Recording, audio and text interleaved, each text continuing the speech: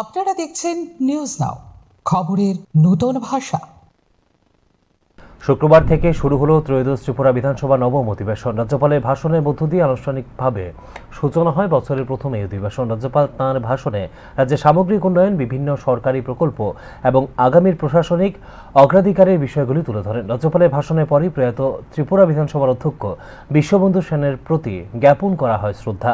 প্রয়াত অধ্যক্ষের স্মৃতিচারণ করে তাঁর দীর্ঘ রাজনৈতিক জীবন ও বিধানসভার কার্যক্রমে অবদানের কথা স্মরণ করে ত্রিপুরা বিধানসভা। এরপর প্রয়াত নেতার স্মরণে 2 মিনিট নীরবতা পালন করা হয় বিধানসভায়। শোক প্রকাশের পর মুলতবি ঘোষণা করা হয় দিনের কর্মসূচি।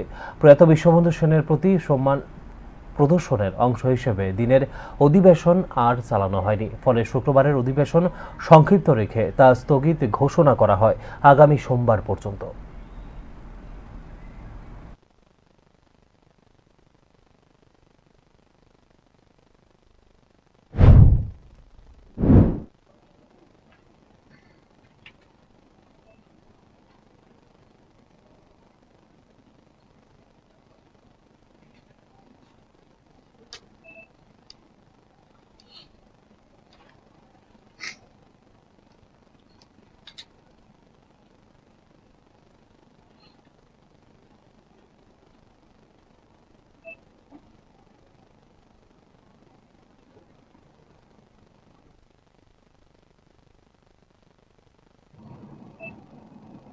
বিধানসভার সকল সদস্যা বৃন্দ,